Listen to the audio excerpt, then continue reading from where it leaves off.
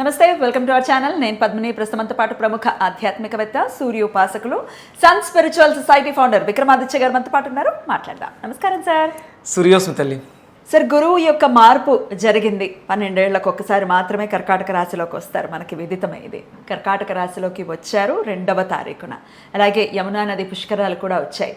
మరి గురువు మార్పు రీత్యా ద్వాదశ రాశులకి ఆయన ఉచ్చస్థితిలో ఉండడం చేత ఎటువంటి ఫలితాలను ఇస్తారు?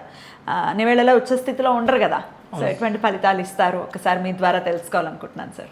ఎందుకమ్మా అంటే కర్కాటక రాశి ఆయనకి ఎందుకంత ఉచ్చస్థితి అంటే, ఇప్పుడు ఇక్కడ సుమన్ టీవీలో చాలామంది యాంకర్స్ ఉన్నారు. విక్రమాదిత్యకి పద్మిని గారికి ఉన్నటువంటి ఆ ఇంటరాక్షన్ ఎందుకు అంత బెటర్గా ఉంటుంది? చాలా కంఫర్టబుల్గా ఫీల్ అవుతాం, లేకపోతే మనది ఓన్గా ఫీల్ అవ్వటం కదా. అంతే కదా, అంటే సొంత ఇల్లు అంటే ఇక్కడ ఇప్పుడు పద్మిని ఆహ్వానించినప్పుడు ఇది సహజంగా సుమన్ టీవీ, కానీ ఇక్కడ నాకంటూ అంటే నా మనిషి, లేకపోతే మీ ఇద్దరం కలిసి జర్నీ చేసాం, ఒక అద్భుతమైనటువంటి ప్రయాణాన్ని మొదలుపెట్టాం. ఒక కొత్త రకాన్ని అంటే ఒక యాంకర్ ఒక గెస్టులా కాదు మన ఇద్దరం మొదలుపెట్టినాం.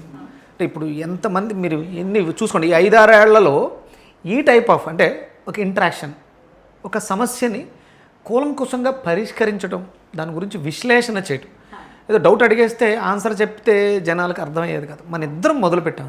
అవును, 100%. అలా గురుడికి కర్కాటకంలో ఏముంది ప్రత్యేకత? చాలా కంఫర్టబుల్గా ఉంటాడు. పైగా చంద్రుడి యొక్క రాశి, వారిద్దరు కలిస్తే గజకేసరి అని కూడా అంటారు. ఇంకా అంటే ఆయన అందులో అక్కడ ఏ నక్షత్రం ఉంది? పునర్వసు. ఆయన స్వనక్షత్రం ఉంది. ఇంకా పుష్యమి, ఆశ్లేష. ఓకే, పుష్యమి నక్షత్రానికి అధిపతి ఆయనే, అంటే నక్షత్ర అధిదేవతగా ఉన్నాడు. అలాగే పునర్వసు నక్షత్రం, ఆశ్లేష. అంటే ఒక ఇంటిలో నేను చాలా హ్యాపీగా ప్లెజెంట్గా ఉంటున్నానంటే నాకు సంబంధించినటువంటి, నేను పద్మినితోటి ఎందుకు అంత బాగుంటాను అంటే తనకు సబ్జెక్ట్ ఉంది, నాకు సబ్జెక్టుని ప్రజెంట్ చేయాలనే తాపత్రయం ఉంది. కాబట్టి మా ఇద్దరం కలిస్తే ఒక మంచి ఎపిసోడ్ వస్తుంది. అలాగే చంద్రుడు కర్కాటక రాశి ఏదైతే ఉందో అది సహజ చతుర్థ స్థానం, అది డొమెస్టిక్ లైఫ్. అంటే గురుడు ఆధ్యాత్మికతలో ఒక అత్యున్నతమైనటువంటి స్థితికి తీసుకెళ్ళడానికి పుష్యమీ నక్షత్రానికి సహజంగా తనకి శని పడడు కదా, కానీ వాళ్ళిద్దరూ కలిగితే నీచభంగ రాజయోగం మకర రాశిలో జరుగుతుంది. అది దానికి ఆపోజిట్గా ఉండేటువంటిదే కదా కర్కాటక రాశి.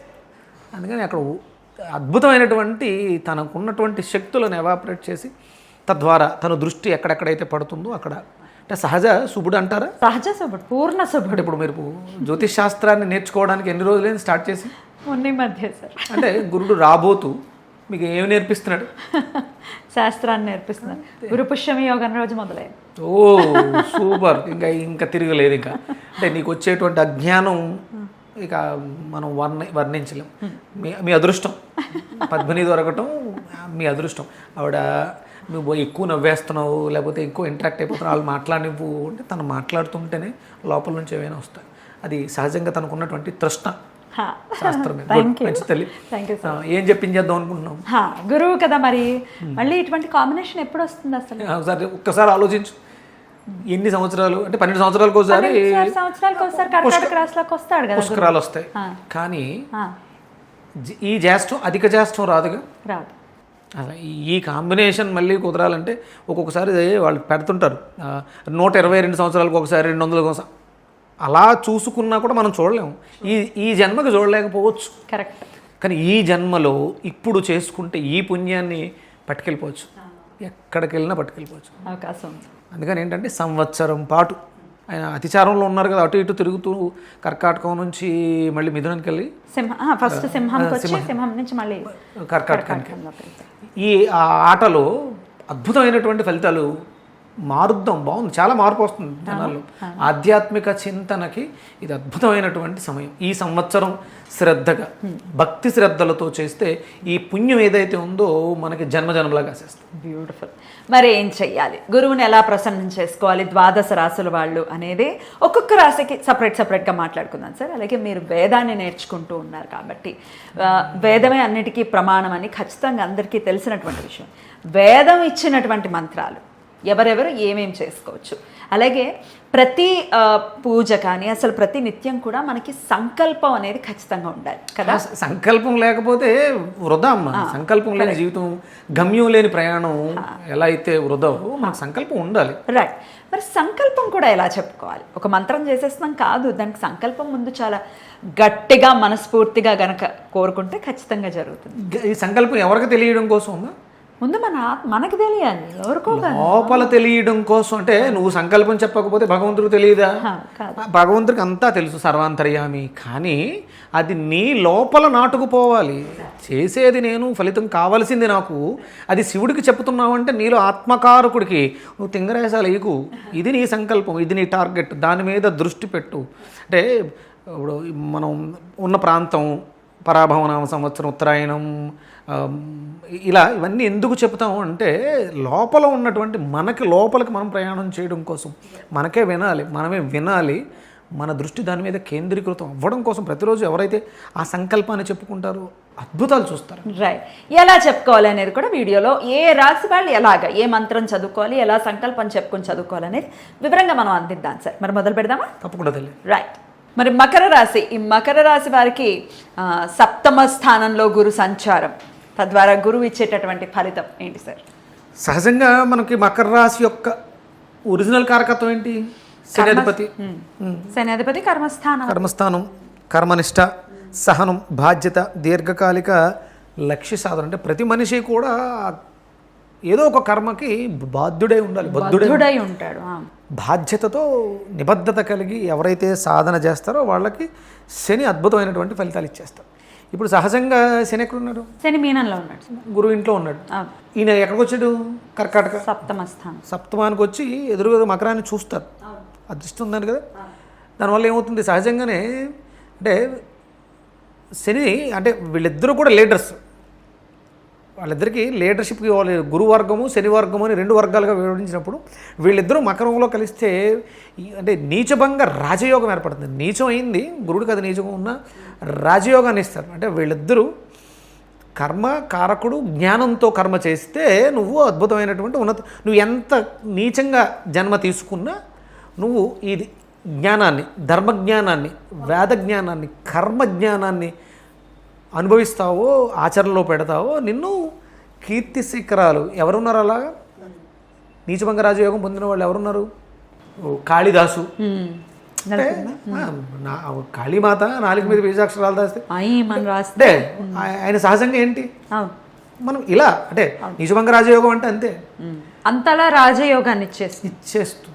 అంటే ఎప్పుడు నువ్వు చేసేటువంటి కర్మని బట్టి అది ఆధారపడి ఉంటుంది. ఆ కర్మ, ఆ సత్కర్మ ఏదైతే చేయాలనే తపన, సహజ కర్మస్థానం కాబట్టి దాని మీద మనం దృష్టి పెట్టి చేయగలిగినప్పుడు అవన్నీ వస్తాయి. రైట్.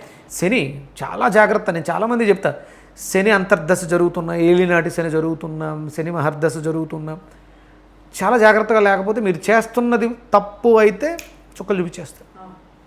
చాలా సిస్టమేటిక్గా ఉండాల్సిందే.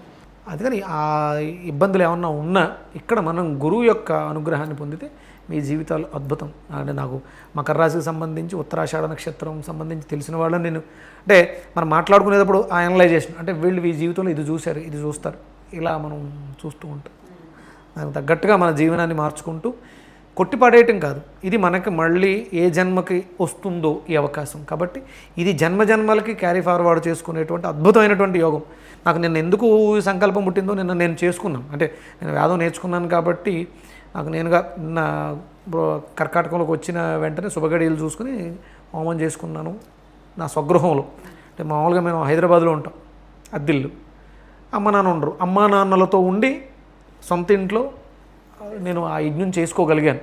అది మీకు ఇవ్వాలని నీ ద్వారా నువ్వు నాకు ఫోన్ చేసేంత వరకు నేను అక్కడే ఉన్నాను. అనుకోకుండా వచ్చి ఈరోజు మనం ఈ వీడియోలు చేస్తున్నాం.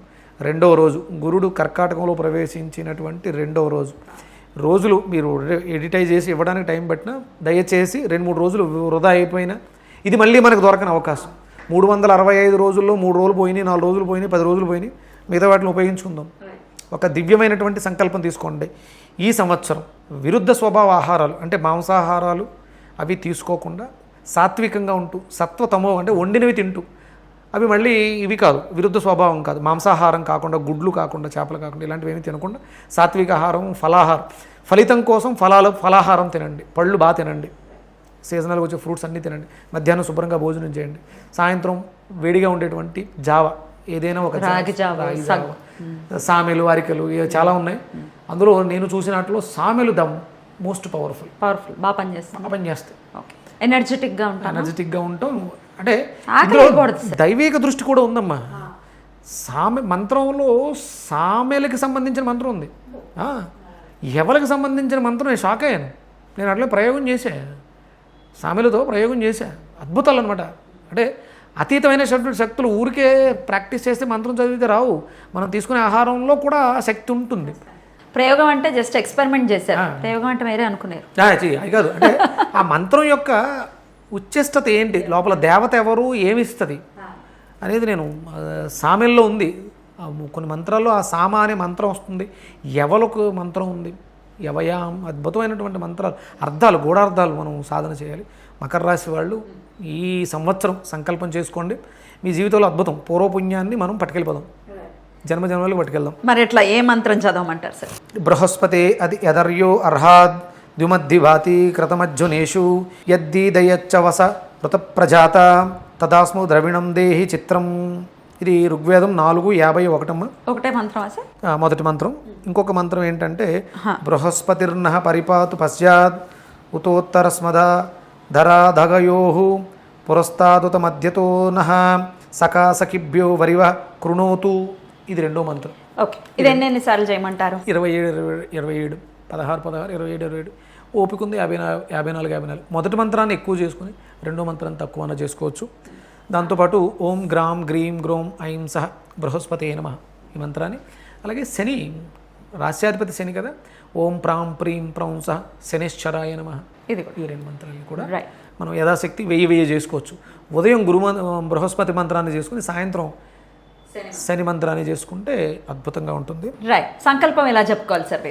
ధర్మ సహిత కర్మ స్థిత్యర్థం, ఉద్యోగ వ్యాపార స్థిరాభివృద్ధ్యర్థం, శని గురు అనుగ్రహ ప్రాప్త్యర్థం, జ్ఞాన వివేక స్థిత్యర్థం గురుమంత్ర జపం కరిష్యే.